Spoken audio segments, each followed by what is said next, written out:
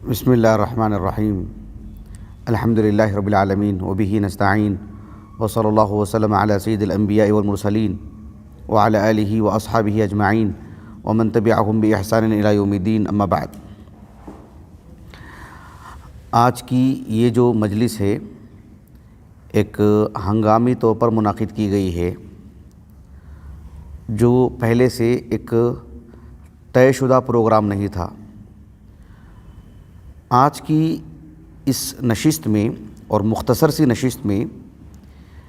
ایک شرعی مسئلہ مجھے آپ کو بتانا ہے کہ ابھی جامعہ محمدیہ بنگلور تعلیم کا جو آغاز ہوا ہے، تو ہم پچھلے سال بھی دیکھ رہے تھے کہ بہت سارے جو مصحف ہیں قدیم ہو چکے ہیں، کاغذ بوسیدہ ہو چکا ہے، پھٹ رہا ہے، اور ایک حد تک اس کی بے حرمتی بھی ہوتی رہتی ہے۔ ایسے بھی مناظر دیکھنے کو ملے ہیں۔ اور یوں ہمارے اپنے گھروں میں بہت ساری دینی کتابیں بھی ہوتی ہیں، جامعات میں بھی، مدارس میں۔ تو یہ جو قدیم نسخے ہوتے ہیں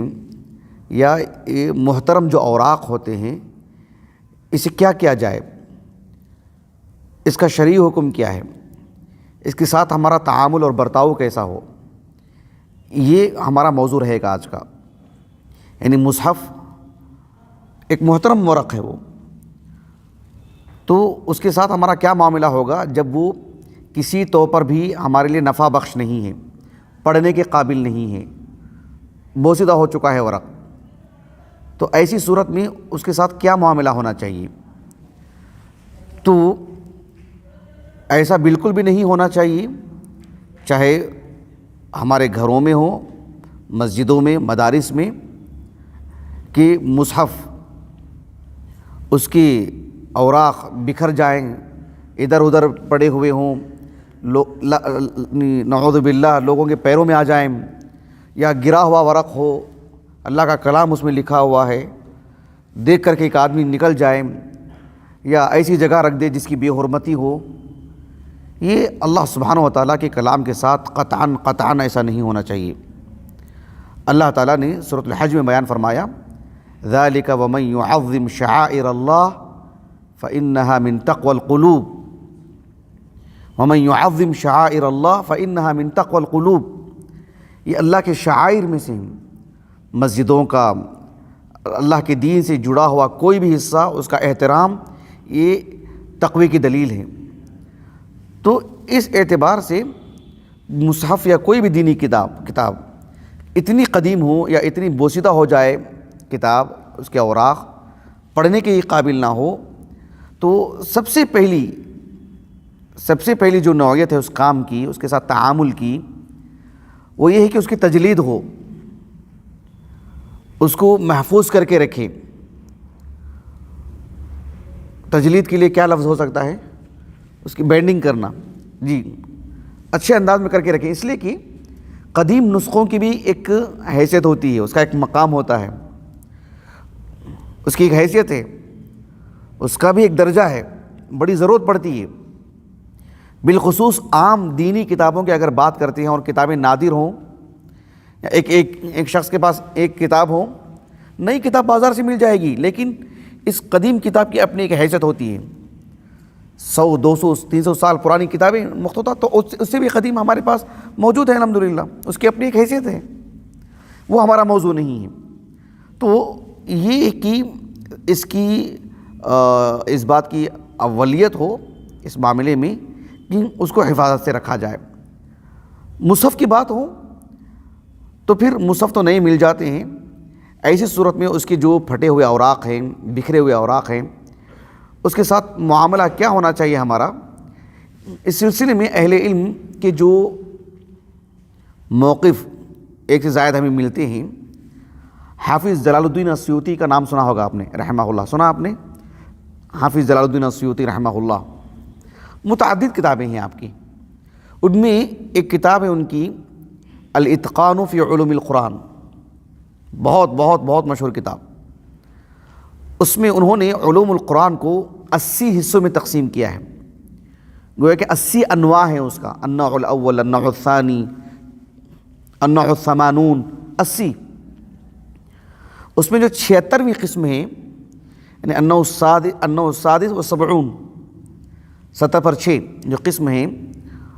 اس کا جو موضوع ہے اس قسم کا، اس نوعیت کا، اس نوع کا، فی مرسوم الخط، مصحف میں جو خط مستعمل ہوتا ہے، جس طرز سے آپ لکھیں گے، وہ مجھے اس تفصیل میں نہیں جانا ہے نا، وہ میرا موضوع ہے، لیکن انہوں نے جو عنوان قائم کیا ہے فی مرسوم الخط و آداب کتابتہ، یہ اس کا موضوع ہے، اور اس میں بہت ساری باتیں ایسی ہیں جو من باب الفائدہ ضمناً لکھی گئی ہیں۔ ان میں سے ایک بات یہ بھی ہے کہ اس طرح کی جو اوراق ہوتے ہیں مصحف کے، خاص طور پر دیگر دینی کتابوں کی بھی، خصوصاً مصحف، عامۃ الناس جسے قرآن مجید کہتے ہیں، قرآن مجید ہی لیکن وہ کتابی جو شکل ہے وہ مصحف، اسے نام دیا گیا، اسے مصحف ہی کہنا چاہیے۔ تو مصحف قرآن مجید بوسیدہ ہو چکا ہے، قرآن مجید پھٹ چکا ہے، قرآن میں ایسا نہیں کہنا چاہیے، وہ اللہ کا کلام ہے، اس میں پھٹنے کی، بوسیدہ ہونے کی کبھی بات نہیں آئے گی۔ مصحف ایک انسان کا عمل ہے، اس میں اس طرح کی چیزیں ہو سکتی ہیں۔ حافظ جلال الدین سیوطی رحمہ اللہ نے سب سے پہلے تو آداب بتائے کہ اس طرح کا مصحف کی جو اوراق بکھر جاتے ہیں، پھٹے ہوئے ہیں، اسے ایسی جگہ میں نہیں رکھنا چاہیے۔ سمجھ رہے ہیں آپ اس بات کو؟ مصحف کی جو اوراق ہوں، بوسیدہ ہو چکے ہوں، پھٹ چکے ہوں، اس کے ایک قطعہ، ایک حصہ نکل چکا ہو، کہا کہ سب سے پہلے تو اسے ایسی جگہ میں نہیں رکھنا چاہیے جہاں اس کی بے حرمتی ہو سکتی ہے۔ ممکن ہے قد یسقط، حافظ سیوطی نے کہا کہ ہو سکتا ہے وہ آپ نے اس ورق کو اٹھا کر کے وہاں رکھا اور وہ وہاں سے گر گیا، وہ آپ نے احتراماً اوپر رکھا لیکن بعد میں گر گیا نیچے، وہ ایسا ہو سکتا ہے۔ وَيُوطَأُ، پھر بعد میں کوئی اسے وہاں سے روند کر کے چلا جائے، سبحان اللہ۔ حافظ سیوطی رحمہ اللہ نے ایک بات یہ بھی کہی، بڑے پتے کی بات، کہا کہ لا يجوز تمزیقها، مصحف کا ایک ورق نیچے پڑا، اسے پھاڑنا نہیں چاہیے، نہیں پھاڑنا چاہیے اس کو، لما فیہ من تقطیع الحروف وتفرقۃ الکلم، مثال کے طور پر اس میں ایک آیت کریمہ لکھی ہوئی ہے، آپ کے پھاڑنے کی وجہ سے آپ اس کو جدا کر دے رہے ہیں، جو ایک کلمہ ہے مستقل۔ الرحمن لکھا ہوا ہے، آپ نے ایسا پڑھا کہ جو ہے آدھا آدھا حصہ ہو گیا اس کا، یہ ممکن ہے نا اس سلسلے میں، لما فیہ من تقطیع الحروف وتفرقۃ الکلم، ایک مستقل جملہ ہے لیکن آپ نے ایسے پڑھا کہ وہ الگ الگ ہو گیا ہے، وہ یہ سب نہیں ہونا چاہیے۔ البتہ مصحف کی یہ جو اوراق ہیں بوسیدہ ہو چکی ہوں یا پھٹ چکی، جیسے میں بار بار کہہ رہا ہوں، اس سلسلے میں تعامل کیا ہونا چاہیے؟ حافظ سیوطی رحمہ اللہ نے کہا کہ بعض اہل علم نے کہا کہ اسے پانی میں ڈال دیا جائے، بعض اہل علم نے کہا کہ اسے جلا دیا جائے، کچھ اہل علم نے جلانے کو ناپسند کیا ہے، اور اس ناپسندیدگی کی وجہ بتائی کہ اس سے بے حرمتی ہوتی ہے اللہ کے کلام کی۔ یہ سب نظریات ہیں، ہم بحیثیت طالب علم اقرب الی السنہ جو بات ہے ہم اس کو لیں، لیکن حافظ سیوطی رحمہ اللہ نے یہ سب اہل علم کے اقوال بتائیں۔ علماء احناف اور شوافع کا ایک موقف ہے، علماء مالکیہ اور حنابلہ کا ایک موقف ہے جو انہوں نے ذکر کیا اس میں، جسے میں تفصیل سے بتاؤں گا آپ کو انشاءاللہ۔ اہل علم کے اس سلسلے میں جو موقف ہمیں ملتے ہیں بنیادی طور پر دو، اور دو ظاہر میں دو ہیں لیکن وہ حقیقت میں ایک ہی ہیں، دونوں کو ملا کر عمل کرنا چاہیے۔ ایک موقف یہ ہے علماء کا کہ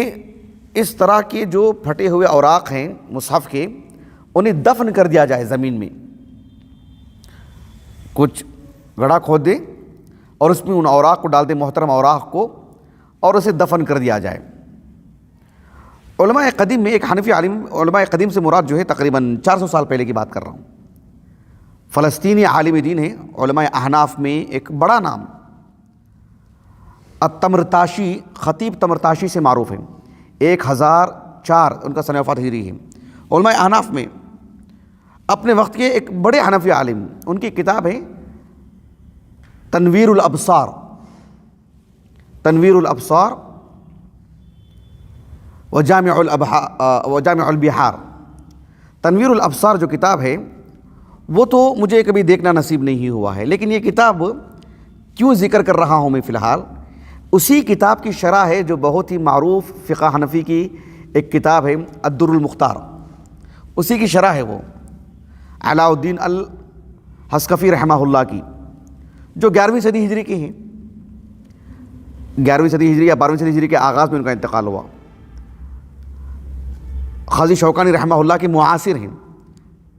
ہم زمانہ ہیں، علاقہ دور ہے، یہ یمن کے ہیں، اور وہ علاء الدین الحسکفی رحمہ اللہ تو اس کے تھے، علماء دمشق میں سے ہیں وہ۔ تو انہوں نے الدر المختار میں جو غسل کرنے کے جو سنن ہے نا، سنن الغسل، اس عنوان کے تحت کئی باتیں ہیں، کئی باتیں، اس عنوان کے تحت ہی انہوں نے اس بات کو بھی لکھا ہے، غسل کرنے سے متعلق، غسل کے آداب وغیرہ جو بہت ساری باتیں ہیں، مصحف کو حالت غسل میں چھونا کہ بغیر غسل کے کوئی چھو سکتا ہے، پھر اس سے جڑا ہوا مسئلہ ہے، سمجھ رہے ہیں؟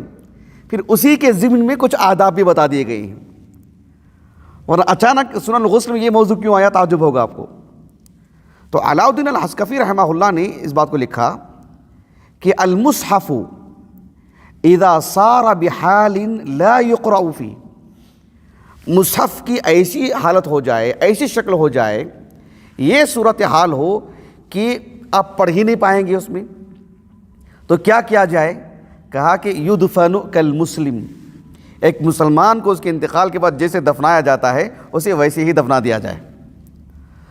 الدر المختار بہت معروف کتاب، اس پر جو دمشق ہی کے ایک اور عالم دین جو علمی دنیا میں ابن عابدین سے معروف ہے، ان کا جو حاشیہ ہے بہت ہی یعنی قدر کی نگاہ سے دیکھا جاتا ہے اس حاشیے کو علمی دنیا میں، خصوصاً علماء احناف کے مابین۔ اس میں انہوں نے ایک زائد بات یہ لکھی، ایک زائد چیز، کہ دفن کر دیا جائے، لیکن کیسے؟ کہا کہ یجعل فی خرقۃ طاہرۃ، ایک پاک کپڑے میں پہلے رکھا جائے اس کو، پھر ویوضع فی محل غیر ممتہن، پھر اسے ایسی جگہ میں رکھا جائے، ممتہن یعنی امتحان سے نہیں، امتحان چشمی ملیحہ من ماء مہین، ایسی جگہ میں نہ رکھا جائے جہاں مطلب کوئی نالا ہو یا لوگوں کی چہل پہل کی جگہ ہو، ایسا نہیں، ایک پاک جگہ میں جو ہے اسے ڈالا جائے، یہ مقصود ہے وہاں پر۔ یعنی ہمارے ان علماء نے کتنا خیال رکھا، دیکھیے اس بارے میں۔ تقریباً یہی بات شیخ الاسلام ابن تیمیہ نے بھی کہی ہے رحمہ اللہ۔ شیخ الاسلام ابن تیمیہ رحمہ اللہ مجموع الفتاویٰ میں، ان کی جو مجموع الفتاویٰ کی جو 12ویں جلد ہے نا، وہ تقریباً قرآن مجید کے تعارف سے متعلق ہی ہے، بالخصوص جو اہل السنہ کا جو موقف ہے نا، القرآن کلام اللہ، اللہ نے کلام کیا موسیٰ علیہ السلام سے، قرآن اللہ کا کلام ہے، پھر حروف، اہل السنہ سے متعلق جو اس قسم کی جو دقیق باتیں ہیں انہی پر محیط، کافی ضخیم، تقریباً 600 صفحے کی پر محیط ہے وہ مجلد۔ اس میں جو سب سے آخری میں جو شیخ الاسلام ابن تیمیہ رحمہ اللہ کا ایک جواب نقل کیا گیا ہے، وہ اسی سے متعلق ہے۔ ایک سوال کیا گیا آپ کو ابن تیمیہ رحمہ اللہ کو کہ مصحف جو بالکل قدیم ہو چکا ہو، بوسیدہ ہو چکا ہو، اس کے اوراق بوسیدہ ہو چکے ہیں، اس کے ساتھ کیا معاملہ کیا جائے؟ شیخ الاسلام ابن تیمیہ رحمہ اللہ نے کہا کہ المصحف العتیق، کیا کہا آپ نے؟ المصحف العتیق الذي تخرق بحيث لا ينتفع به بالقراءة فيه، مصحف، قدیم مصحف جو بالکل پھٹ چکا ہے، قدیم ہو چکا ہے، آپ پڑھ ہی نہیں پا رہے ہیں اس سے، تو کیا کیا جائے؟ کہا کہ یدفن، اسے دفن کر دیا جائے ایک ایسی جگہ میں، فی موضع یصان فی، جس میں وہ محفوظ ہو۔ کہا کہ کما ان کرامت بدن المؤمن دفنہم، ایک مسلمان، ایک مومن کے بدن کے ساتھ عزت کا معاملہ، احترام کا معاملہ ہونا چاہیے نا انتقال کے بعد بھی، تو کیسا کیا جائے گا اس کے ساتھ کرامت اور احترام والا معاملہ؟ دفنہم، اسے دفن کیا جائے گا، ایک ایسی جگہ میں دفن کیا جائے گا جس میں وہ محفوظ رہ سکے، اس کی بدن کے ساتھ کسی طرح کی کوئی چھیڑ چھاڑ نہ ہو. تو اسی طرح سے مصحف کو بھی دفن کیا جائے گا. ابن تیمیہ رحمہ اللہ نے اس بات کو لکھا ہے, بطور جواب آپ نے دیا ہے اس بات کو. تو اہل علم کے مابین ایک موقف رہا ہے یہ کہ زمین میں دفن کر دیا جائے. ایک اور موقف بھی ہے, میں یہ نہیں کہتا کہ اس کے برخلاف, حالانکہ جن اصحاب علم نے دفن کرنے کو کہے ہیں ان کی ایک بڑی تعداد نے جلانے کو ناپسند کیا ہے, لیکن وہ ناپسند کسی اصل پر قائم نہیں ہے. محض احترام کے طور پر وجہت نظر الگ ہو سکتی ہے, لیکن احراق کی اگر بات کرتے ہیں, جلانے کی اگر بات کرتے ہیں, ایک علماء کا دوسرا موقف ہے کہ اسے جلا دیا جائے. اس سلسلے میں جو سب سے بڑی بات ہے وہ یہ کہ امام بخاری رحمہ اللہ کی الجامع الصحیح صحیح بخاری, اس میں کتاب فضائل القرآن, بالکل آغاز میں ایک باب قائم کیا ہے, باب جمع القرآن. جمع قرآن کا معاملہ ایک بہت واسع معاملہ ہے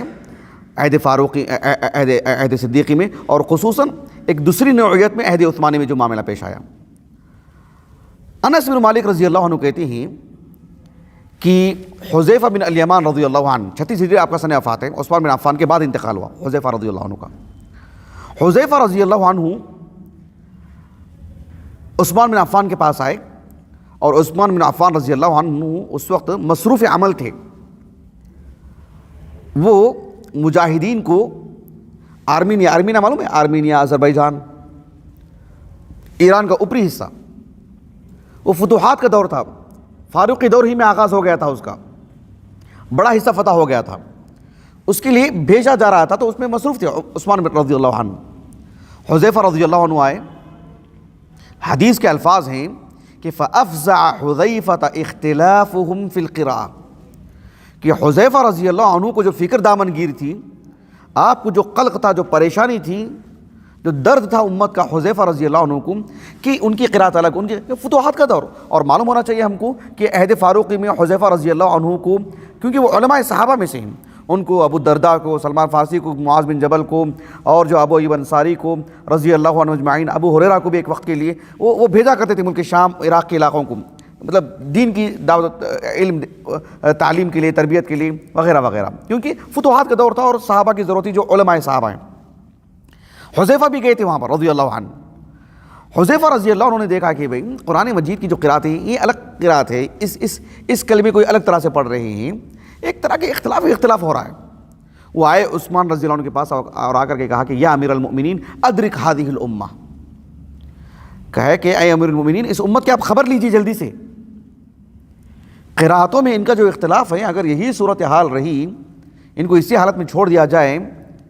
تو پھر صورتحال یہ ہوگی کہ اختلافوا فی الکتاب اختلافهم الیہود والنصارى. یہود و نصارہ جس طرح سے تورات و انجیل کے سلسلے میں اللہ کے کلام کو لے کر کے جو اختلاف کیا کہ یہ بات ہے, کہ یہ بات ہے, کہ کیا کچھ ہے تقدیم, سب یہ صورتحال ہو جائے گی. اور عثمان رضی اللہ عنہ نے بھی اس کو بھانپا, اور جو ہے مطلب فوراً عمل کیا اس پر. ایک نسخہ تھا, اس کو اگر آپ حدیث کی زبان میں کہتے ہیں, ایک ہے الصحف, صحف ابراہیم و موسیٰ ہے نا, ایک ہے الصحف, ایک ہے المصحف. الصحف کہتے ہیں جیسے مثال کے طور پر مان لیجیے کہ 50 اوراق ہیں, اس کو کہتے ہیں صحف, بکھرے اوراق. اسی کو اگر آپ ایک شکل میں, ایک کتاب کی شکل میں جمع کر دیں تو اسی کو کہتے ہیں الصحیفہ, المصحف وغیرہ. تو عثمان رضی اللہ عنہ نے کہا کہ جو تمہارے جو صحف ہیں وہ مجھے دے دو, میں ہمارے مصاحف میں لکھ کر کے آپ کو دے دوں گا واپس. ایک ٹیم تشکیل دی انہوں نے, عثمان رضی اللہ عنہ نے. زید بن ثابت, وہ تو انصاری تھے, 3 صحابہ تھے ان کے علاوہ,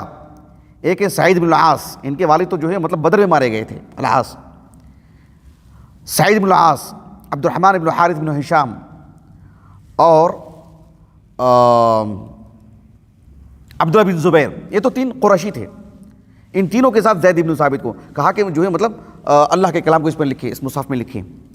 جہاں اختلاف ہوگا زید بن ثابت سے کہا کہ قریشی زبان کو مطلب ملحوظ رکھا جائے, کیونکہ قرآن اسی زبان میں نازل ہوا ہے. اب میرے موضوع سے متعلق کیا بات ہے, عثمان رضی اللہ عنہ نے اس مصحف کو جہاں آپ کی مطلب مسلمان تھے, جہاں تک آپ کی خلافت کا دائرہ تھا, سبھی جگہوں پر آپ نے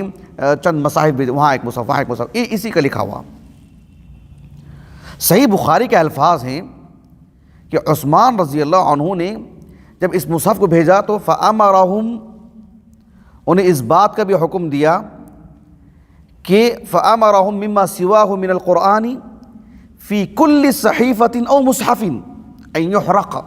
یہ الفاظ صحیح بخاری کے الفاظ ہیں کہ دنیا بھر میں، یعنی جہاں بھی مسلمان آباد ہیں، جو مصحف ہم نے سرکاری طور پر ایک بطور خلیفہ ہم نے بھیجا ہے،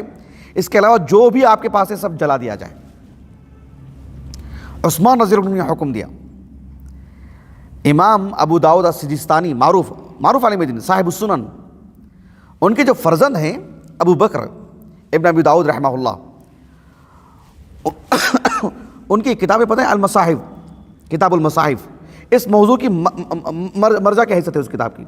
کتاب المصاحف، ہمارے پاس محقق ہے، آپ لوگ دیکھ چکے ہیں۔ کتاب المصاحف میں ایک مستقل باب ہی ہے کہ جمع عثمان رضی اللہ عنہ، یا جمع عثمان رضی اللہ عنہ علی المصاحف، عثمان رضی اللہ عنہ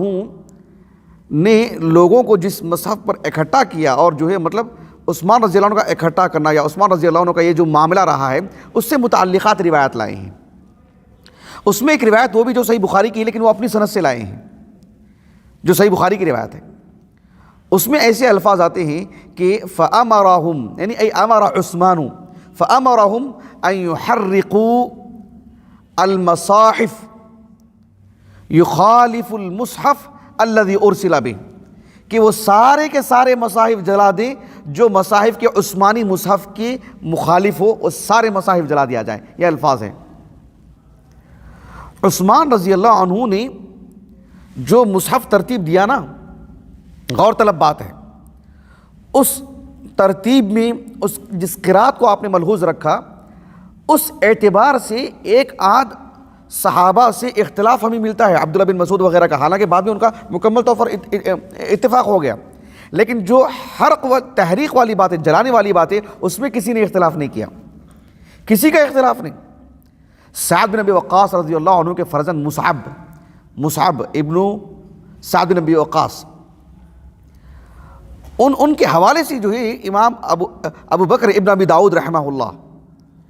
انہوں نے اپنی سند سے ان کا یہ قول نقل کیا ہے، وہ کہتے ہیں، وہ اوسط تابعین میں سے ہیں، مصعب ابن سعد بن ابی وقاص، کہ ادرکت الناس متوافرین، الناس مراد کون؟ عام لوگ نہیں، صحابہ، کبار تابعین، فضلاء، فقہاء سبعہ وغیرہ وغیرہ، یہ مراد ہوتے ہیں۔ کہا کہ ادرکت الناس متوافرین، کہ میں بڑی تعداد میں لوگوں کو دیکھا، پایا میں نے ان کو، یعنی ان کا موقف بھی میں نے محسوس کیا، حین حرق عثمان، جب عثمان ابن عفان رضی اللہ عنہ نے، حین حرق عثمان المصحف، جب عثمان رضی اللہ عنہ نے جو مصاحف جو آپ نے جلانے کا حکم دیا نا آپ نے، فأعجبہم ذالک، سبھوں کو یہ ان کا موقف، جو عثمان کا جو موقف تھا رضی اللہ عنہ، سب کو راس آیا، سب کو پسند آیا، سبھوں نے اسے مستحسن قرار دیا۔ وَلَمْ يُنْكِرْ ذَلِكَ أَحَدٌ مِّنْهُمْ، کسی میں سے، کسی صحابی نے، کسی تابعی نے، کسی عالم دین نے، کسی نے بھی نکیر نہیں کی عثمان رضی اللہ عنہ کے اس موقف سے متعلق۔ فقہائے سبعہ کا تو معاملہ نہیں تھا عثمان بن عفان کے دور میں، فقہائے سبعہ کا، لیکن یہ اوسط تابعین میں سے بعد میں بھی کسی کا اختلاف نہیں رہا اس باب میں۔ حالانکہ عثمان بن عفان رضی اللہ عنہ کے دور میں فقہائے سبعہ کا کیا مطلب کیا درجہ ان کا صحابہ کے سامنے، کبار صحابہ کے سامنے، علماء صحابہ کے سامنے، اور اس وقت وہ بچے تھے، چھوٹے چھوٹے بچے تھے۔ وہ کہنے کا مقصد ہے کہ فقہائے سبعہ تک کی بات ہے، کیونکہ اسی دور کے ہی ہیں، تو کسی کا اختلاف نہیں اس باب میں اگر بات تحریک کی آتی ہے۔ اسی لیے اللہ جزائے خیر دے حافظ ابن حجر کو رحمہ اللہ، آپ نے صحیح بخاری میں اس حدیث کی جو مطول شرح لکھی ہے آپ نے کہا کہ اکثر الروایات صریح فی التحریق، جتنی بھی روایات ہیں، کیونکہ کچھ باتیں ایسی ملتی ہیں کہ عثمان بن عفان رضی اللہ عنہ نے بس زمین میں دفن کر دیا یا پانی میں ڈال دیا اس کو، کہا کہ اکثر الروایات صریح فی التحریق، اتنی روایات ملتی ہیں، اکثر روایات جو ہیں صحیح بھی ہیں اور صریح ہیں کس باب میں، کہ جلایا ہی ہے انہوں نے۔ اور اتنا ہی نہیں لکھا ابن حجر نے، کہا کہ فَهُوَ الَّذِي وَقَعَ، اور ایسے ہی ہوا، جلایا عثمان بن عفان نے، یعنی جلانے کا حکم دیا۔ یہ کچھ باتیں تھیں. آخری بات یہ کہ اہل علم نے لگ بھگ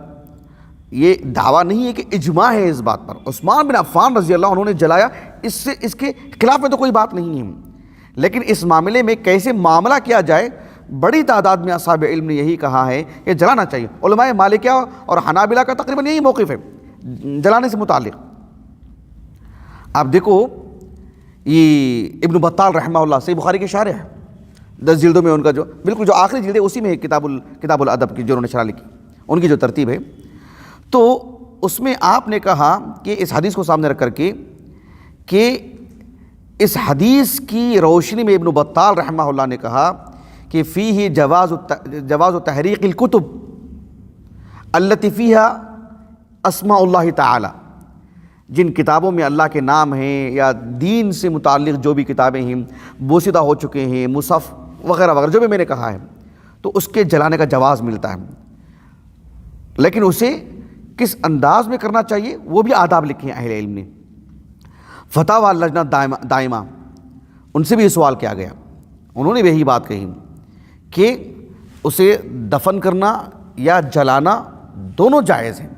لیکن اس کا بہت لحاظ کرنا چاہیے. شیخ ابن عثیمین رحمہ اللہ نے کہا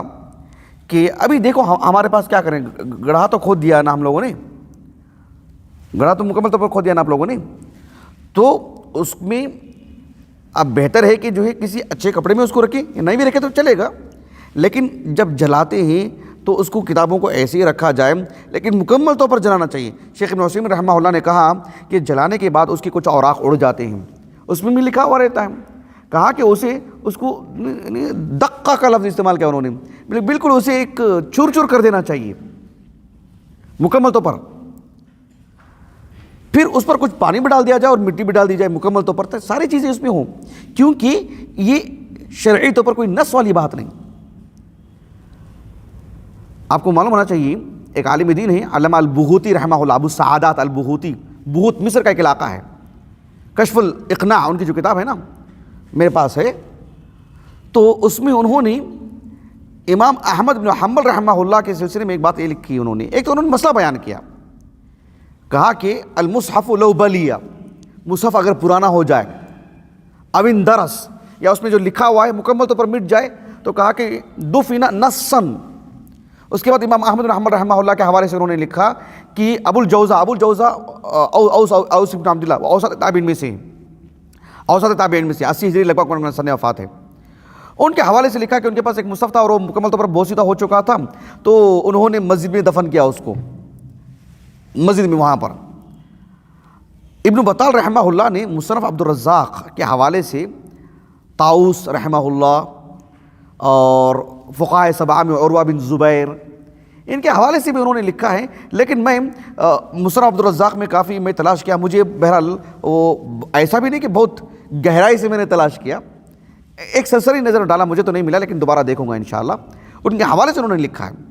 تو ایک معروف چیز ہے دفن کرنا اور جلانا، اہل علم کے پاس ایک معمول رہا ہے. تو مکمل طور پر احترام کیا جائے، اور جو ہمارے پاس کتابیں ہیں پہلے سے اس کا اہتمام ہو، پھٹنے نہ دیں اس کو، ایسے اس کو نہ رکھیں، احترام ہو اس کا. مان لیجئے کہ وہ ورق ہے، وہ بھی ایک انسان کا ایک عمل ہے، ایک دن اس میں بھی جو ہے کمی آتی، نقص آتا ہے. پھر ایسی صورت میں اس کے ساتھ بہتر معاملہ کیا جائے، ادھر ادھر نہیں ڈالنا چاہیے. اس کو جو ابھی گڑھا کھودے ہم نے، اس میں اس کو رکھیں، کریں، اچھی طرح جلائیں احترام کے ساتھ، ایسا نہ ہو کہ اڑ کر کے کچھ ورق باہر چلا جائے پورے اس کے ساتھ، پھر اس کو اچھے سے دفن کر دیا جائے. یہی اس کا شرعی حکم ہے اہل علم کے مابین، تاکہ اس پر دونوں چیزوں میں عمل کیا جائے. شیخ صالح الفوزان رحمہ اللہ کا بھی اس سلسلے میں نے ایک فتویٰ پڑھا ہے. البتہ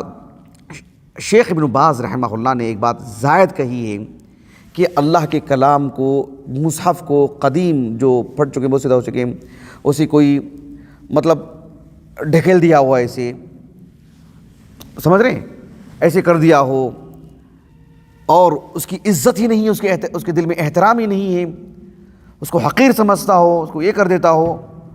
لا قدر اللہ. کہا کہ ارتداد کا حصہ ہو سکتا ہے اس کا، یہ اسلام سے بیزارگی کا اظہار ہو سکتا ہے.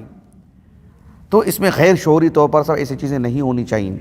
خیر اس کا ایک شرعی مسئلہ تھا، وقت بھی ہو گیا ہے، میں اپنی بات کو ختم کرتا ہوں. اللہ تعالی ہمیں اللہ کے کلام کا احترام کرنے، مصحف کے ساتھ بہتر برتاؤ کرنے، دینی کتابوں کے ساتھ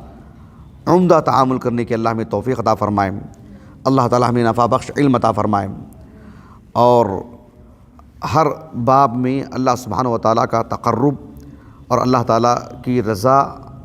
اللہ تعالیٰ ہمیں وہ مطمئن نظر ہمارا کر دے. اور اس نشست کو قائم کرنے کے لیے جن اخوان نے کوشش کی، تگودو کی، بالخصوص حافظ عبد المتین اور عمر بن الیاس، اللہ تعالیٰ ان کو بہتر بدلہ عطا فرمائے. دیگر اخوان نے بھی جو کچھ خدمت کی اللہ تعالیٰ اسے قبول کرے. اللہ تعالیٰ ہماری اس مجلس کو، ہماری اس نشست کو، ہمارے اساتذہ، ہمارے والدین، ہمارے معاونین، ہمارے مشاہدین، ہمارے اہل خانہ کے لیے، ہم سب کے لیے اللہ تعالیٰ ذخیرہ آخرت کر دے. سبحانک اللہم و بحمدک، اشہد ان لا الہ الا انت، استغفرک و اتوب الیک.